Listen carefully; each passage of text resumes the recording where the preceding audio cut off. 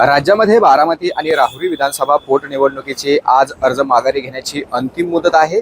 बारामती आणि राहुरी या दोनही निवडणुका बिनविरोध व्हाव्यात यासाठी सत्ताधारी मंडळीकडून मोठ्या हालचाली सुरू आहे। राहुरीमध्ये दिवंगत आमदार शिवाजीराव कर्डिले यांच्या निधनानंतर या ठिकाणी पोटनिवडणूक लागली आणि त्यांचेच चिरंजीव असलेले अक्षय शिवाजीराव कर्डिले यांना भाजपाने उमेदवारी दिली आणि आज 3 वाजेपर्यंत अर्ज माघारीची अंतिम मुदत असल्याने मोठ्या हालचाली आज होताना दिसते।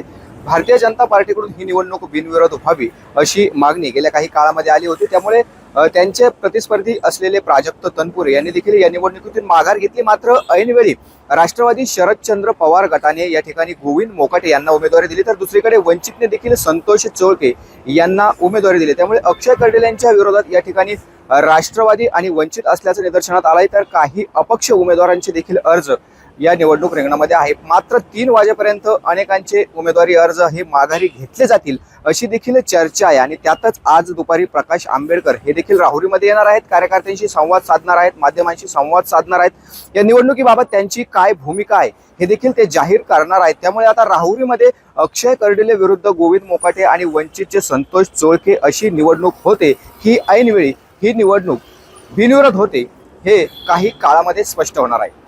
कॅमेरामन ऋषी राऊतसह गोविंद फुनगे, LS मराठी, राहुरी, अहिल्यानगर।